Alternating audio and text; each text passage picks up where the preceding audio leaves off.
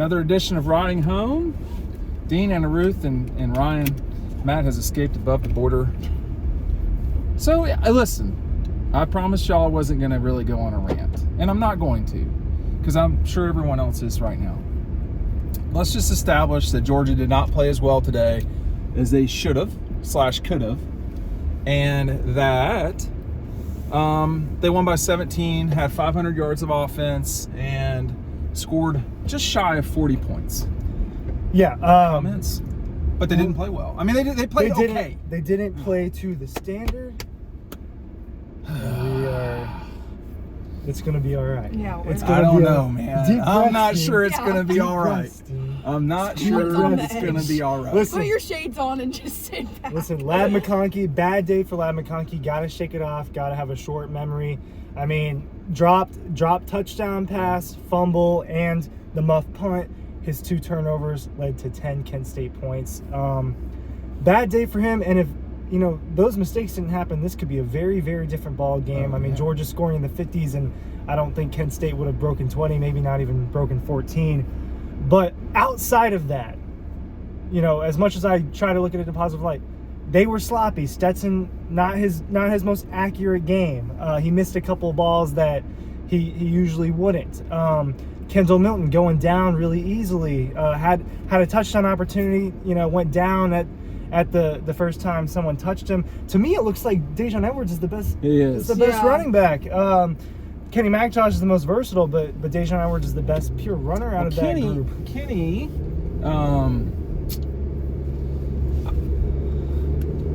comes the sun. I'm conflicted as to I think they're both right now. I think that they have the capability of not playing well and losing, and they also have the capability of absolutely throttling people. And so the confusion for me, and maybe you take 40,000 foot view. When you're not playing well and you're winning by 17, scoring 40 points. Are you actually playing well? You're just not playing as well as we've gotten used to them seeing. Are we what is it? But if there's a standard, they did not play to the standard for all of their football. Putnesley played well today. There were 3 guys. Okay, go ahead. Brock Bowers, obviously. That's the obvious one. I thought Jamon Dumas-Johnson had a really good game. I had him at 4 tackles for loss. Georgia had him at 3. He had 2 sacks. He was all over the place, and that is a good sight to see heading into the season. Who was, to me, their biggest thing to replace was Nakobe Dean. Their biggest player to replace was Nakobe Dean. So knowing that Pop can run around and play like that when other guys aren't is a good sight for Georgia. I've got a question for Anna Ruth. What happens if Stetson Bennett does not score going into the half?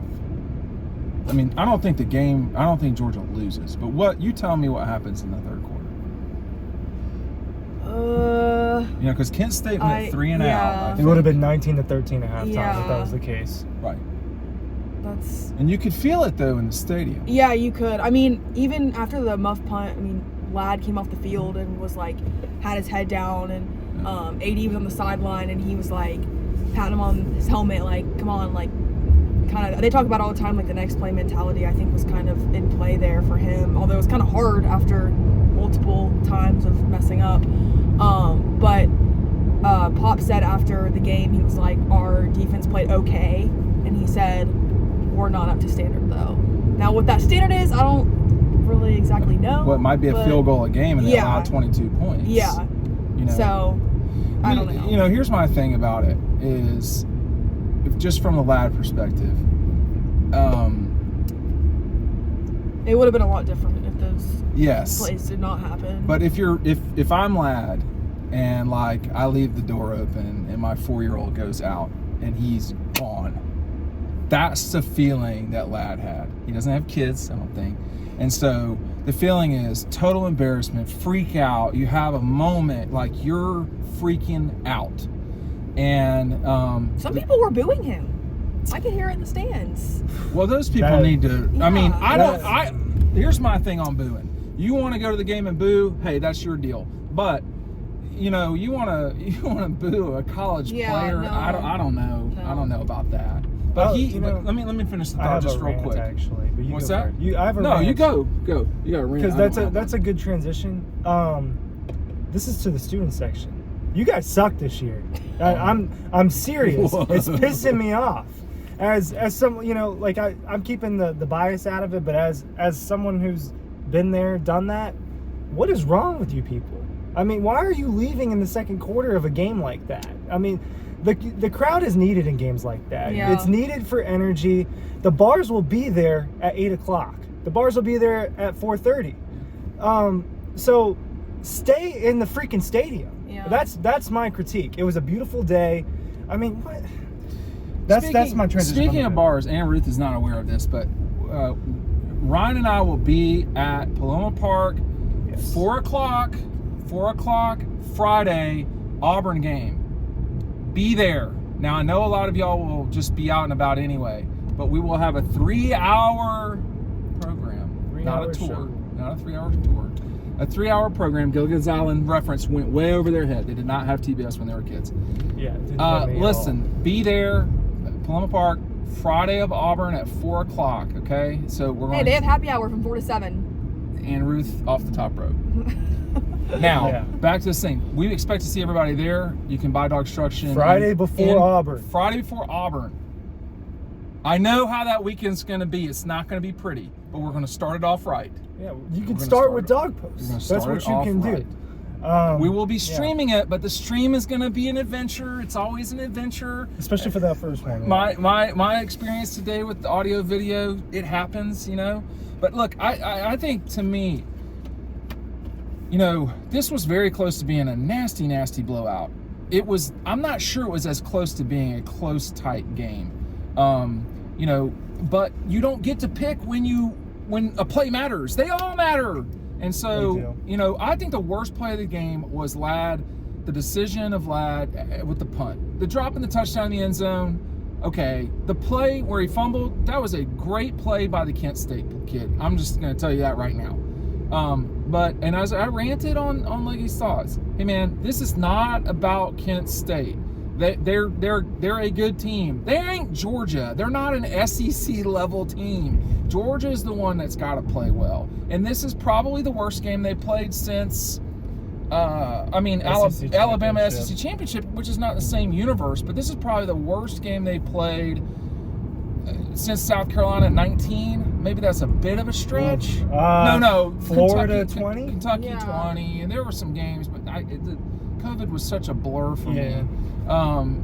But I don't want to say this, I'm not sure if it's easily fixed, but the next time, did they have 4 turnovers or 3? 3. Okay, you can't turn it over 3 times. 2 times, okay. 3, Because and listen, 2 of those directly went to points. you have those turnovers against Kentucky or Tennessee. It's not the same conversation. Well, because Kentucky and Tennessee will score, you would imagine. They will, especially Kentucky, or I mean Tennessee, especially Tennessee. If Tennessee loses to Florida today, yeah, that's those people interesting. are Let's going get to a live score lose update. their minds. I feel bad for them if that happens. I mean, they're ranked 11th right 17-14, Tennessee up at the half. Yeah, they'll win that game. Yeah. Or they're going to take Neyland and push it right into the river. So, you know, this is not the end of the world. If this was going to happen, you know, this type of, you know, against Kent State, it's better for it to happen against Kent State, all these mistakes. Stetson's first interception of the year, I thought he underthrew it, but he told us he when we were wasn't there. accurate today, man. He wasn't. Again and again. Like, they didn't gift their way to the 39 points. They earned those points. There were two of them were on the block punt, which could have been 7 points, honestly. It just was slightly, I mean, Nolan narrowly missed a block punt himself. There were a few things, but you're going to miss plays, you know, and the other team's going to miss plays, and it all adds up. And when it adds up that you win by 17 and you scored 40 points, the part that we're not used to is that Kent State in the second half, they ran the ball a little bit. They probably ran it for 70-ish yards because they had 20, I think, going into the half. And the little guy was running pretty effectively. The quarterback was not horrible. No, he wasn't. No. I thought Georgia ran the most effectively they had all year, actually. In the second half. Yeah. In the second half. With a running back. Yes. With a running back, yeah. But Stetson, he did make a few plays with his legs. Yeah. It was typical Stetson. I'm telling you. If he's in New York in December as a finalist, this game will be a red X on that. But he's not going to win the Heisman, though. because they're not going to play that way. He could. They could put those numbers up. That doesn't matter to Kirby. Well, for him and Bryce Young, I think, specifically, it will come down to what happens in Atlanta. So I shouldn't just say, oh, he won't win the Heisman. I do think he'll probably still be in New York. Him or Brock Bowers is probably going to be in New York. Question. Yeah. Should they be giving Brock Bowers the ball even more? Man, Because when he gets the ball, Yeah. I mean, he's very his straight line speed is insane. and it's a quick, like It's he quick. goes. He goes, and he, he's not afraid to hit you. I'm not No. super. I think I don't think you should really freak out about this game. I'm just gonna say that. I mean, like, I'm just gonna say that because, it just wasn't a great performance, and it's just like, man, they didn't look that great, and they There's nothing to freak out about. I don't think so, but I mean, I've made a living for 22 years off Georgia fans, and I understand that, and I feel like I know them pretty well. Oh, And no, they will. they're freaking out. They no, will bridge No, you jump. guys are freaking out. It's not the end of the world. They didn't play well. Sloppy is the word. Sloppy at times. For Lad, though. the booing Lad thing, man, come on. I did not hear that. But I didn't hear it either. But I don't doubt it though. But no, I don't doubt it either. Like he's a starting receiver in the SEC that's made a lot of plays. He's never had No a game like question. that, and a game like that today. It's not something that happens twice to a player typically. So he'll bounce back. Hey, no A.D. Mitchell. Right. Very, very, very limited Jalen Carter. I thought Jalen at all. I thought Bear Alexander. He well. played significant snaps. I thought he got in the backfield. He had a tackle for loss. Alexander is not bad, man. He's good. He's good. He is not bad. They did get run on a little bit. I think that's the one thing. That was my concern. The Kentucky, when Rodriguez, I think, if Kentucky can Chris just Rodriguez, run yeah. a little bit, He's good. that's going to open things up for them. Yeah. They should still beat Kentucky. Don't get me wrong, but there's Kirby did not seem bothered at all. No. I have to say, and but you don't need to turn it over. The turnovers are one thing. The drop touchdowns. If this is the worst game that Georgia will play this season, they're probably in pretty good shape. This is definitely going to be the worst game that Ladd McConkey plays, perhaps in his sporting life. Yeah. And he led the team in receiving. So Yeah. it's all about perspective. Now, you cannot go to, they'll probably be a 30-point favorite against Mizzou. Ish. We'll see. They were a 40-point favorite against them last year. I mean, Missouri is not good. And we will... They lost to the War Eagles today. They lost to Auburn. But I expect Georgia to go out there and really hone in on their situation. They're not great at the noon games at home. And No, Well, I think outside it of the has Arkansas to do game. with the fans, honestly. But I don't think you're wrong. Yeah. But let me just say this as a person, it's up to the kids. It's up to the players on the team. Yeah. No, You're allowed to go make plays. You're allowed to send everybody to the bars happy at 2:30. It's okay. You can create your own 1:30. energy. You can create your own energy. Listen, y'all have only got so many games you're going to play at Sanford Stadium. You got only so many games you're going to play in Silver Britches. You don't understand that when you're a freshman, but your time runs out. And you only have 4 games left this season in Sanford. That's it. And one of them's against Georgia Tech. And one of them's against Vanderbilt. Your time is running out, and you got to go. It's go time. Now, I think they will throttle Missouri because I don't think Missouri's better than them. I told y'all, I think Kent State's probably better than Missouri. I think they're probably better than Vanderbilt. And I think they could be better than South Carolina. But I don't know. I think South Carolina would have a game with Kent State. Hey, Kirby was right. I mean, on Monday, he harped on the fact that they were good. Okay, so they're they good. Were good. They And? were. That's not the issue here. The issue to me is, Oregon's good and they curb stomped Oregon. It's how Georgia plays. It has nothing to do. Well, and that's their thing, is that we care about us. We care about getting better. Right. Today, I think can be taken in a positive light to where struggle is good. The negative looked really sloppy. You can't. I mean, like, I haven't seen them play that sloppy since that's the thing. It was the turnovers. Just little stuff. Christopher Smith, that long. I've seen G-Day. They were pretty nasty at G-Day at times. Sloppy wise. Yeah, I thought so. Now that I think about it. G-Day though. Right, man. but this is Kent's statement. Like, you're not going to play, perfect all the time. No, they're not going to. I wrote that today. They're not going to obliterate everybody. I know that's fun, and I know that's what you want, but that's not realistic. They didn't obliterate every single team last year. No. They kind of did, but this year they were up 13 at the half. They won the game by 17. As bad as the first half that they had, they were still up by double digits, and that was my first half main takeaway. If you're not kicking field goals and you're not turning it over, this is a maybe almost 60 point to 14 or whatever win for Georgia, and people, they want their team to execute all the time. And I mean, I want to be a great dad all the time. Well, that doesn't happen. I mean, it just doesn't. Sometimes you just give them the pad and let's say, hey, it's your, here, congratulations. You're talking about the iPad. It's the Amazon Fire. If we're being specific, iPads are too expensive. Gotcha. You should know that. I was given I had a hand-me-down iPad when I was a kid, so my iPad. I have an iPad. My iPad when I was a child was sticks. I just had little sticks they would give me, and I would play with them like that. So we got to go to Middle Earth. Oh yeah, that's not going to be fun. Not with with our flight times. They're not. It's not going to be good. It's going to be an Orange Bowl. It's going to be an Orange Bowl situation. But Missouri is in a very challenging situation right now as a program. Drinkwitz, I think, is if not on the hot seat, in some serious trouble. This is year 3. They don't appear to be making progress. But and the Georgia folks won't think about this game.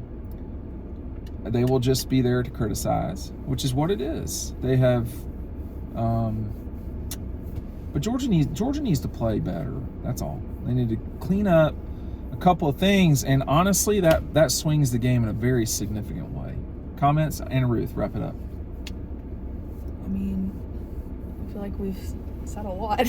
How to drag Ryan? out. They can't play like that again, and I don't think that they will, because from here on out, they're playing SEC opponents.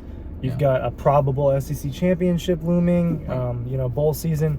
You can't play like that down the stretch, especially in that 4-game stretch where you're going to Jacksonville. I don't know the exact order, but you're going to Jacksonville. Tennessee. You've got to deal with Tennessee. State. You've got to go to State, and then you've got to go to Kentucky. That's going to be really tough.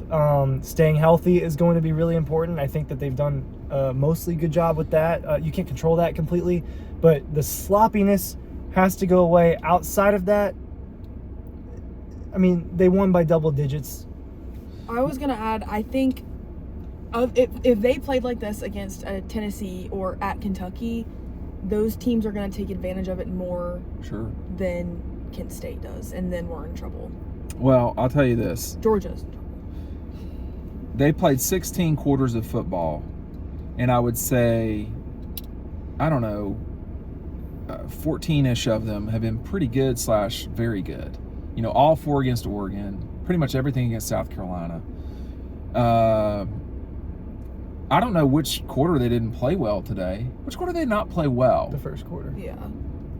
Okay. The first quarter. First quarter. The second quarter was better. Fine. Yeah. Third, they kind of pushed it out. Third, they pushed it. And then fourth.